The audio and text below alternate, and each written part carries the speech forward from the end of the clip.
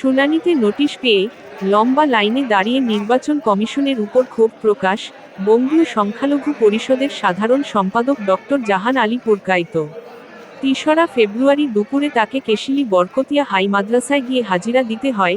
সেখানে গিয়ে হিয়ারিং এ লম্বা লাইনে দাঁড়িয়ে সাংবাদিকদের মুখোমুখি হয়ে ডক্টর জাহান আলী বলেন, আমি দেখলাম যে আমার নোটিশে যেখানে বলা আছে আমার পিতার নাম এবং আমার নামের অমিলের কারণে পূর্বে যে এসআইআর হয়েছিল সেই এসআইআরে নামটা তোলা ঠিক হয়নি, এই নোটিশেই আছে। আমি সেই নোটিশ ফলো করেই নোটিশে যে ডকুমেন্টগুলো চাওয়া হয়েছে আমি সেগুলো দিলাম। মূলত আমার যেটা অবজারভেশন সেটা হলো এটা মূলত এই এসআইআরের পিছনে অনেকগুলো ডাইমেনশন আছে। একটা হলো একটা রিলিজিয়াস ডাইমেনশন আছে। আমরা বিভিন্ন এসআইআর সেন্টারে ক্যাম্পে গিয়ে দেখছি সেখানে একটা বিশেষ ধর্মাবলম্বী মানুষের সংখ্যাই কিন্তু বেশি। যদি ধরা হয় যে তাদের ভুলই বেশি, কিন্তু সেই ভুল হওয়ার পিছনে কাদের দায় বা কাদের দায়িত্ব সেই বিষয়টা কিন্তু পর্যবেক্ষণ করলেই আমরা বুঝতে পারি। সাধারণ মানুষের কোনো দায়িত্ব সেই অর্থে থাকার কথা নয়। কারণ আমি ব্যক্তিগতভাবে মনে করি আমার নিজের নামের বানান ভুলের ক্ষেত্রে 3বার সংশোধনী গিয়েও আমি দেখেছি আমার আবার ভুল এসেছে। ফলে দায় সাধারণ মানুষের সেই অর্থে নেই, এর পিছনে কোনো পরিকল্পনা আছে। 2 নম্বর হলো আমরা একটা ডাইমেনশন দেখছি, সেখানে জেন্ডার ডাইমেনশন।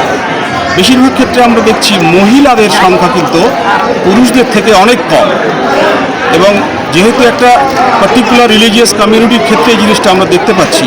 আমার যেটা মনে হয় যে মূলত মুসলিম ভোটার সংখ্যাকে কমানোর যে একটা চক্রান্ত চলছে, এই স্কুলগুলো মূলত কিন্তু ম্যান মার্ক নয়, এগুলো এআই জেনারেটেড। এখন এআই যে সফটওয়্যার যে আজকের যে শুরু হয়েছে, এই এআই সফটওয়্যারের মাধ্যমে দেখা যাবে যে প্রচুর ভুল, যন্ত্র ঠিক বলতে পারে না, ফলে প্রচুর ভুল বেরোচ্ছে। এটাকে আরও যত্নবান হতে হবে। সঠিকভাবে মানুষের হয়রানি হচ্ছে, এই হয়রানির জন্য নিশ্চিতভাবে সংশ্লিষ্ট কর্তৃপক্ষ দায়ী হবে। আমি আজকে এখানে আসলাম, এসে যে ডকুমেন্টগুলো আমার হাতে যে ডকুমেন্ট আছে, ইলেকশন কমিশন জন্ম নিয়েছে 1950 সালে, আমি 1920 সালের ডকুমেন্ট আমার হাতে আছে। আমার বাবার নামে গড়মিল, তার অস্তিত্ব সম্পর্কে যে সন্দেহ দিয়ে যে চিঠি দেওয়া হয়েছে, এগুলো সমস্ত কিছু একেবারে ক্ষমতার অপব্যবহার ছাড়া কিছু নয়। ফলে আমাদের বুঝতে হবে যে এই এসআইআরের পিছনে কে, কারা, তাদের কী উদ্দেশ্য। আশা করি জনগণ সেটা বুঝতে পেরেছে, এবং এটা তোমাদের মাধ্যমেই আমরা সাধারণ মানুষের কাছে পৌঁছে পেরেছি। আপনি বঙ্গীয় সংখ্যালঘু পরিষদের একজন সাধারণ সম্পাদক হিসেবে সাধারণ মানুষ কি বার্তা দিতে চাইবেন? আমি শুধু এটুকুই বলবো, মানে জনসাধারণকে যে কোনো চ্যালেঞ্জের মোকাবিলা করতে হবে। সরকারি নির্দেশনামাকে মান্য করে, আইনকে মান্য করেই কিন্তু আমাদের নিজস্ব, আমরা কেউ কিন্তু উদ্বাস্তু নই, বা আমরা কেউ বাংলাদেশি নই, আমরা রোহিঙ্গা নই। ফলে যদি কোনো বেআইনি বসবাসকারী আমাদের দেশে থেকে থাকে, তার জন্য তো যারা অরিজিনাল ভোটার তারা সাফার করবে না, তারা কেন সাফার করবে? ফলে আমাদের ভীত হওয়ার কোনো কারণ নেই।